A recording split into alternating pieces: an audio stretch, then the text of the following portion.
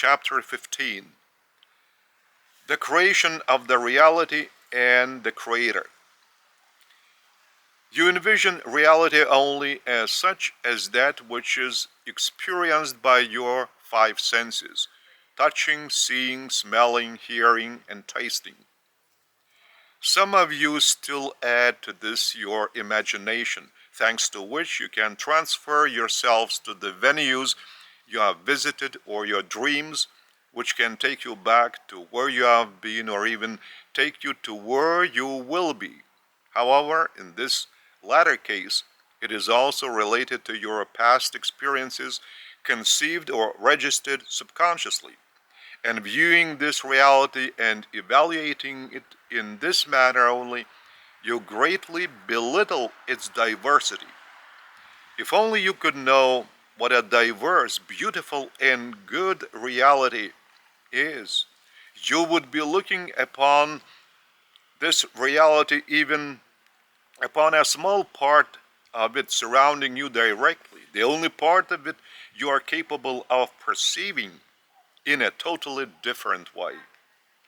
Reality is made up of such a multitude of energy vibrations emanating from the first source and center, and they are all being radiated with such an enormous love that its luminosity would be blinding and by all means unbearable to your eyesight were you to be transferred to the center of creation that we will name Paradise, from which the first source and center is operating. Since this is the first source and center, it is fairly natural that he must be in the center of creation, so that all the reality in existence would be able to grow and expand ever more, originating out of these very energy vibrations. The first source and center must always be bigger than the reality, for it is absolutely logical that the bigger can create the smaller, while no smaller can create the bigger. A child cannot create a grown-up, however hard he might be attempting to do this. No creation can create creator. Just the opposite. A grown-up can create the character of a child. Meanwhile, a creator can create a creation. This very creative center must also be alive if it can create living parts of the creation you can perceive. For it is only the living that can create what is also alive, but not the other way round. This very creator must also have an adequate abode from which to operate while creating. Therefore, the source and center must be creating from such a center that corresponds to and matches the creative powers of this source. And this very source and center, while creating such a vast creation of which your material eyes can see only a tiny part, while your mind cannot yet understand it, must be as the one who would both understand and embrace his own creation, for it is only such a source and center that would be capable of producing a reality of that size and inconceivable and clever control. However, the source and center, had he a body or form that you might try to envision, would in no way be able to embrace his creation so that a certain order would prevail in it, that stars would twinkle to you at night and they would not collide among themselves, disrupting the order of creation. This very same source and center must not be debasing and hating either, because he would start destroying himself. For there is not such a case that even the smallest creator man can produce a beautiful small piece of creation on his own level while being angry and hateful. He can create what others would consider to be beautiful and good only while feeling love himself. Therefore, lovers who have never written poems start writing them because the feeling of love elevates them, for an outburst of such poetic thoughts. Therefore, such a vast creation, even beyond the embrace of your eyes, cannot be without such a center and creator who would not love his creation, and he would not create it out of love. The creator must pour out such a powerful vibration of his love that it would reach all, even in the most remote corners of creation, so they could feel his love and his marvelous attraction. Therefore, the whole creation must find itself in a vast ocean of the Creator's love vibrations. It must be saturated in the love vibrations of the Creator and Center to be expanded from within the center and out in any direction. Since the creation is so enormous and so beautiful, since it is such that is beyond the human mind's understanding, it means that it must also have even a greater mind that would be capable of creating and controlling it. For it is only a clever mind that is capable of producing and controlling it. And he is managing to produce such a creation that would also have clever creatures.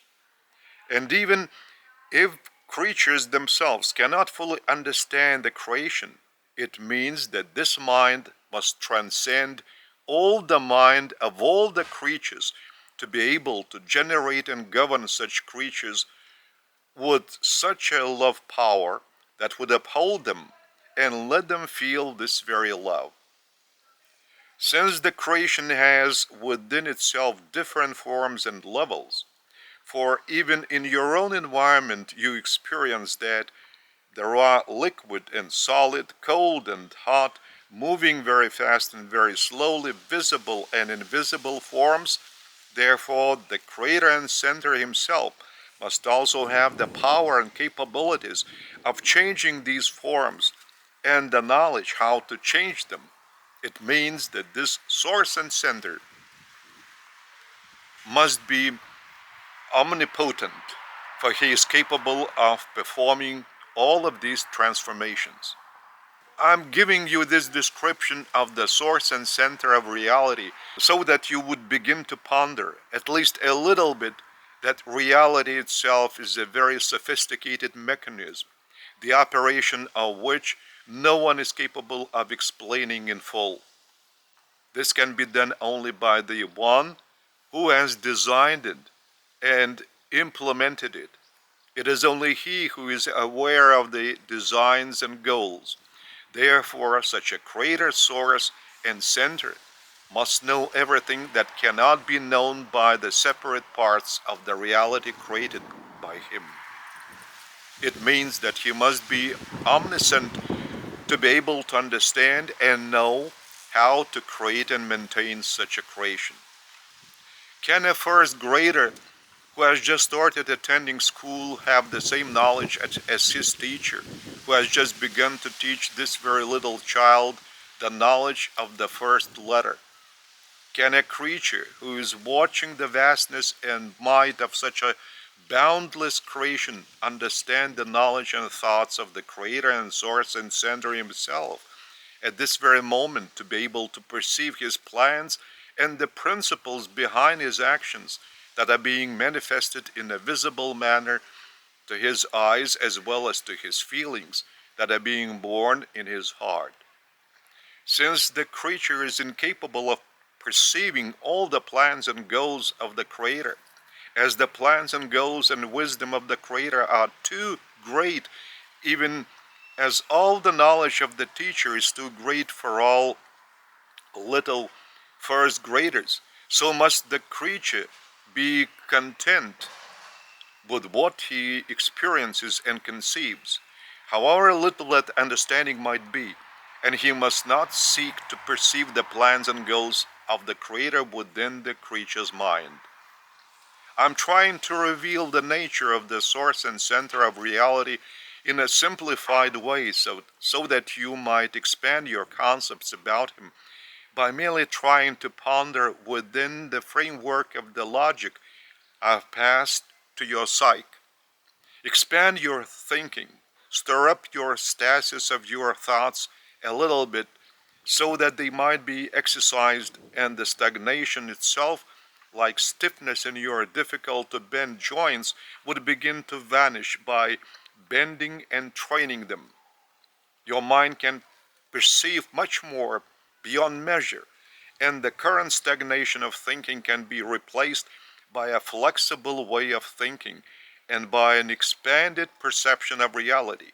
If you devote more time and attention to it, then you will see what a magnificent thing is the exercising of your mind.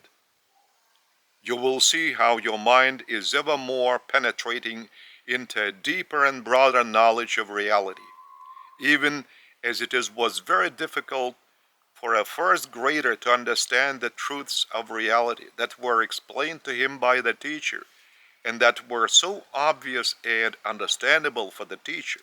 So it is difficult for you, on your present level of development, to understand that part of reality I will try to present to you now. Therefore, I ask you to let your mind freely think rather than look for any contradictions to the things I'm going to relate to you.